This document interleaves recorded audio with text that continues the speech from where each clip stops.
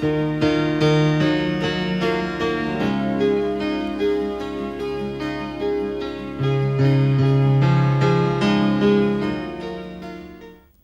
everyone. Let us learn how English sounds. This is a video lesson on behalf of Dr. Ambedkar Open University. Are you all ready? All right. Let's see what are the different English sounds we have. The English alphabet, as you all know, has 26 letters. But when you're talking about sounds, it's not 26 at all. You have 44. Well, these sounds can be divided into consonants and vowels. Consonant sounds, again, can be either voiced or voiceless. Vowel sounds, on the other hand, are always voiced. Let us now understand how do we articulate these different sounds using our organs of speech. What do we see in front of us? We see our mouth and the nasal cavity. Well, when we look at the mouth, what do we see out here? We see the two lips, and then you move on to the teeth, and right behind you have the teeth ridge, and then the hard palate. This portion is known as the roof of the mouth, where you call it as the hard palate, followed by the soft palate, and then you have this hanging out loosely known as uvula. All these help us in articulating different sounds in English. Similarly, if you move to the lower jaw, you have the lips again, and then the teeth, followed by, this is the tongue. Tongue, if you divide it into different portions or parts, you'd find right here the blade of the tongue, which is comprising of the tip as well. Then you move on to the front of the tongue, followed by the back of the tongue. Well, if you go further down, this is where you have the vocal cords, and then you talk about the pharynx, the foot pipe, and the windpipe, as you say. Let's move out of this and talk about how we pronounce each of these sounds. Let's look at consonants. Right. Before we move on to consonants, voiceless sounds. What do I mean by voiceless sounds? That is, we talked about vocal cords, remember? The ones which are located in your neck region. Whenever the vocal cords vibrate, that's known as a voiced sound. And when there is no vibration of vocal cords, it creates a voiceless sound. Moving on to the consonant sounds, you can refer to your lesson which talks about organs of speech and then moves on to the next one where you have the consonant sounds described. In here, you look at the consonant sounds, you have a list of voiceless sounds and a list of voice sounds. Voiceless sounds, you have p, t, k, f, th, s, sh, ch, and so on. But among the voiced sounds, you have b, d, g, b, d, z, j, and j. If we move on to the next slide, here I have among voice sounds m, n, n, l, r, w, and y. Well, that seems pretty simple, isn't it? Let's look at a few of these sounds which occur in pairs. The sounds which you have in bat and pat, p, b. There is a description given out here for you to see how to pronounce or articulate these sounds. Just bring your lips together, press them firmly, and then blow out air. You have a few example sentences out here. Bhaskar brought a big breakfast. So each of those words begins with a b sound, which is a voice sound. Similarly, you have another sentence which has all p's out there. Prakash put purple paint in the pool. You can have fun while you're reading out these sentences aloud. Those are video clippings again for your help, which clearly depicts to you how does one hold their lips while articulating these sounds per and bur. You can see the lady out there where she's pressed her lips firmly together in order to articulate per as well as bur. Pop, bob. This gives you further examples on per and bur sounds. Pat, pull. Bat, bone, beach, bush. Let's move on to ter and der. How do we get these? Remember, we talked about the other organs of speech. Move your tongue, the tip of the tongue, to the teeth ridge that is behind the teeth. And you can say ter and der. For example, you have these two sentences. Dravid's daughter didn't dance, but Dravid's dad did.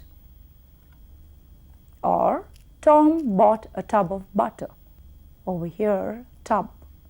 Tom bought butter. All of them have ter sounds. How did I get it? Just placed my tip of the tongue behind the teeth, pressed it firmly there, and blew out air. For examples on ter and der. Ten, den, tad, dad, tip, dip. If we move on to kerger, how do we get these? Just touch the back of your tongue to the roof of your mouth. Now you would get ker and ger. Did you get it? Yeah, that's it. It's as simple as that. You just have to try and push the back of your tongue towards the roof of your mouth and then blow out air. The king cooked the carrots and the queen cut the cake. Grandma gave the guests eggs and frogs' legs. Well, I'm sure your grandma is not going to make that. Someone from China must have done that. All right, here you go. You have more ker and ger sounds coming in with a lot of examples. Notice the difference. One is voiceless, the other is voiced. Let's now understand how nasals are produced in English. We have three nasal sounds, m, n, and n. How do we pronounce these sounds? Well, they are pretty much similar to per, bur when you're talking about m, because you close your mouth firmly and press your lips really close together, like in the case of per and bur, and blow out air. But the difference is the air goes out from your nose to get this sound rather than from your mouth.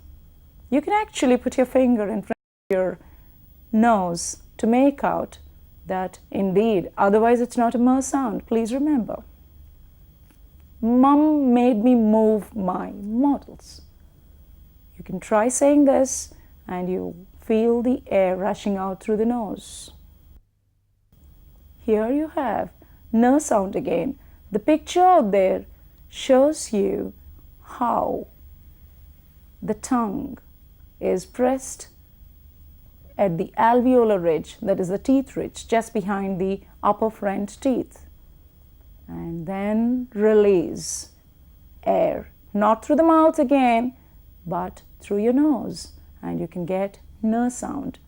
There was no one on the moon on the 9th of June. This brings us to an interesting sound in English, which they would not find in our Indian languages. Do not mistake it as a combination of n, g, though in spelling, that's how it's presented most often. Do not combine those two sounds and try to bring it. Do not say ng. That's a common mistake. It's ng. How do we get this? Touch the back of your tongue to the rear end of your mouth and then release, as we spoke earlier, the air through your nose. We perceive that there is a g there. Yes, there is a g in spelling, but not when you're pronouncing it. It's a n sound. This brings out the distinction between G and the nasal sound both of them have similar articulation, that is, the back of the tongue touching towards the soft palate. In the case of G, we release air through the mouth. In the case of we release air through the nose. Do not treat, as I mentioned, N and G as separate sounds when you're looking at words like bring, sing, and thing. It's just one sound. That N and G in spelling just reflects or represents one single sound in English, that is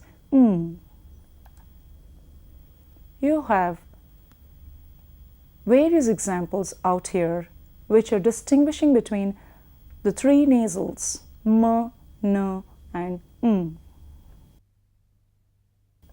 Let's move on to R sound. Just remember, do not let your tongue touch the top of your mouth when you say R. That's a common mistake most of us tend to make. Of course, let me tell you, there are different ways in pronouncing or articulating the sound R. When we're talking about different Englishes, for instance, Americans' way of saying R is different from the British way of saying R. Of course, we as Indians would choose to say it in various ways. But let's look at how do we say it. If it's an American way, we would take the tongue to touch the roof of the mouth, and then we fold it and we can roll it against the roof of the mouth. Oh yes, you must be wondering, what am I talking about? That's precisely how it's produced. Let's take a word like rabbits. An American would actually roll the tongue against the roof of the mouth, and then you would get that rrr, that sound. But you're talking about a Britisher, they would rather lightly tap at it or just go close to it, just bunch it up towards the back of your mouth with the tip of the tongue pointing towards the top of your mouth. It sounds like a dancing exercise, doesn't it? Well, we do not really move our tongue while we're talking about an American sound, that is, it just rolls, that's it. The rabbits race right around the ring. We can say it that way, or rabbits raced right around the ring. If I move on to the sound L, it's again pretty simple. You just have to touch the tip of your tongue to the alveolar ridge, that is, the teeth ridge just behind the upper front teeth. The air should pass from the sides of your tongue. Do not say la, because you're combining a vowel sound there. Just say l, l. Try saying this sentence. Clara's really clever, but Lily's a little silly. Sounds simple, not symbol, I hope, or symbol, as some of us tend to bring in a hard L instead of the soft L. This slide brings to you various similar sounding words which have the R and the L represented in them. Rake, lake, rack, lack, rock, lock, or, all, fear, feel. The th and the sounds, most of the Indians seem to have difficulty with the th sounds. The reason being, we tend to replace or substitute one for the other, or we make it harder. How do you get these sounds? Put the tip of your tongue between your teeth and push air through the gap. For instance, a word which we often use for courtesy, thank you. Th. It sounds so much better when you can place your tongue gently between your teeth and release air. But if you're not doing that, it can sound very offending. Maybe you mean thank you, but you would say it in such a harsher tone. It sounds as if you hate to say it. Well, that was in a lighter vein. Let's look at some of these examples. Tara is an author and an athlete. My father and mother live together with my other brother. All right, let's move on to the. Before we do that, just look at the distinction between the and the. There are examples where you look at the sound, and then there are examples which also bring out the sound. Listen to the speaker and repeat after that. Thy, thy, thought, this, breath, breathe. This is just a cartoon figure to make us all, we are talking about so many sounds one after the other. It can get a little boring, ain't it? Well, over here you can see how this gentleman is trying to get his thirds right. So he places the tip of the tongue just behind or between the teeth. He's trying to breathe out, and then he's trying to retract, and with all the force he's let his breath go. But what happened? His teeth fell out as well. I hope none of us would have that kind of a difficulty when we're pronouncing the sound. I'm sure we'll be careful about not letting go our teeth, nor the tongue, just the air. Well, friends, this brings us to the next set of sounds, S and Z. We Indians experience certain difficulty when we're trying to articulate sounds like S and Z. But wait a minute, it's actually very simple. Just remember the hissing of a snake. S. That's it. S sound is as simple as that. Touch the blade of your tongue to the teeth ridge and release air. You would have the hissing sound of the snake coming in, and that's the sound we're talking about. Similarly, you want to get Z sound. You do the same thing, only in this case, you will have the vibration of the vocal cords involved, and hence you would hear Z, which is like the buzzing of a bee. Just remember, do not bring your tongue between your teeth like you do for the and the. And do not clench your teeth while you're pronouncing S sound or a Z sound. That's going to distort it. Let's look at a few examples. It's 6 or 7 years since Suman's sister sang that song. Try and say this. It's got quite a few S sounds in there. Similarly, let's look at an example. Listen to one which has Z sounds bunched in. Zebras in zoos are like dolphins in pools. Oh wow, sounds good. Over here, we have a couple of S sounds and Z sounds to bring out the contrast and also to help us articulate these sounds. Sit, zit, su, zoo, see, z. We're moving on to F sound and V sound.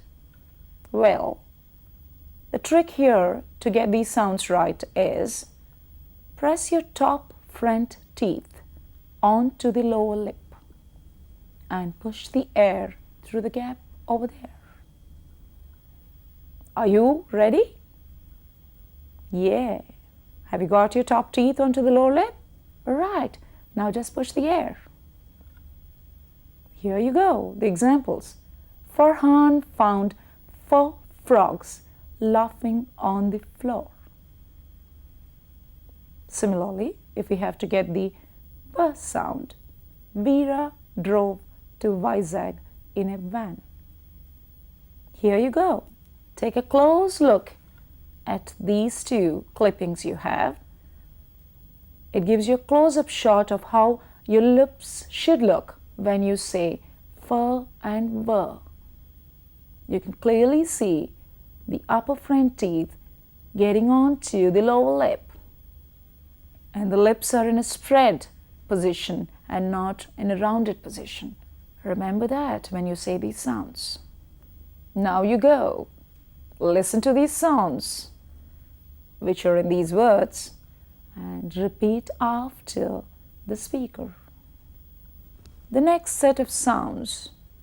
Fan, van, fat, wat, food, voodoo. We're going to listen to are sh and zh. Again, we Indians seem to have a few difficulties when we're trying to get these sounds right. While it's not really difficult to pronounce these, it's where we place our tongue to get these sounds out. Remember earlier we talked about s and z. That would be produced when you have your tongue very close to your teeth. That is, your tip of the tongue would go just behind your upper front teeth and you can get your s's and z's right. But over here, it's the blade of the tongue, not the tip of the tongue, and it's going to go to the hard palate, that is behind the alveolar ridge or the teeth ridge.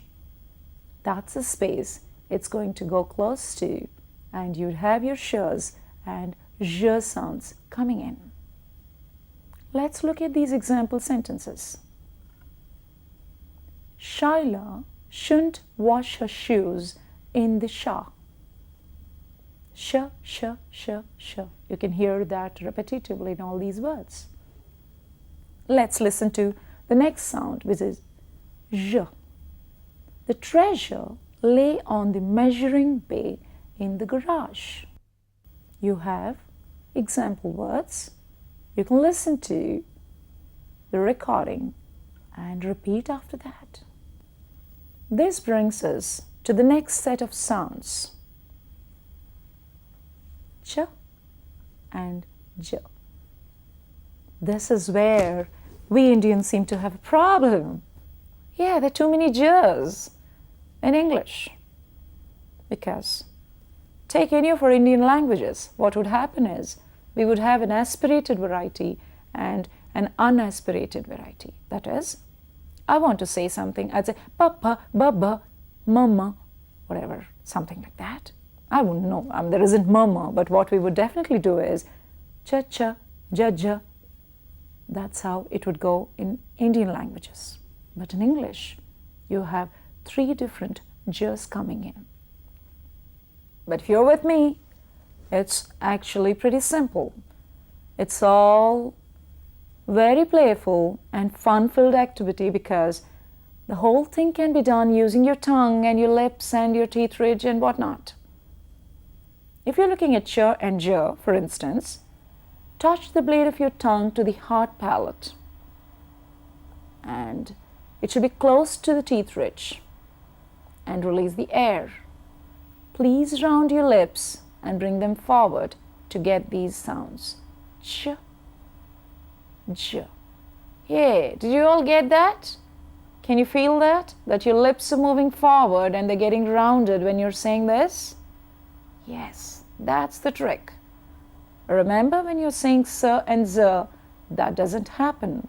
And similarly, when we say sh and j, it doesn't happen so much as it happens when we're doing the sounds ch and j.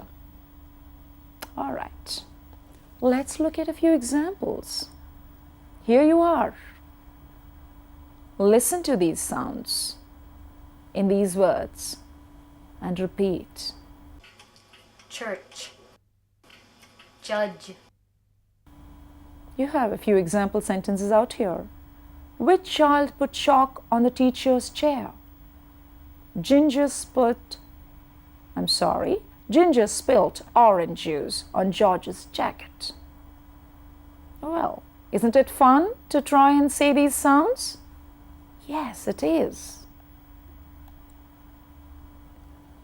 This brings us to the last voiceless sound among consonants. H. Just open your mouth wide and blow out air. And you got this right. H. Harry had a habit of helping the poor. All right? These are some of the examples for her sound. This brings us to another problematic sound we were talking about. We have difficulty with. This is the W. Did you get that?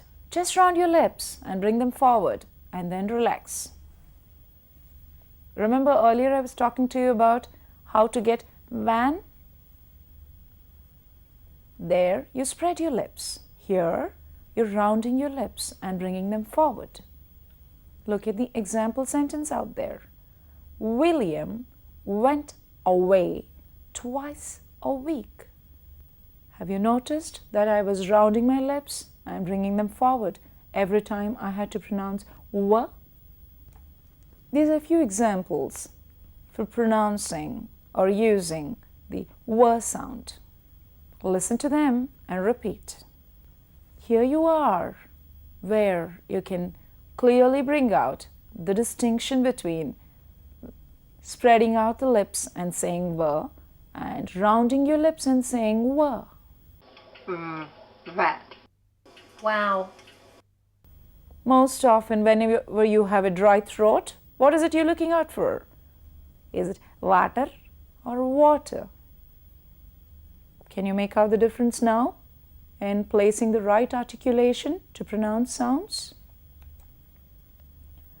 The last consonant sound. Y. I know we love to say this, right? Yeah, yes. Touch the front of the tongue to the hard palate. That is just behind the teeth ridge. And you're going to get this sound. We didn't use. Year sound is out there. Euros, again year sound, in Europe a few years ago. All right? So this brings us to the end of consonant sounds. Hope you all enjoyed listening and repeating.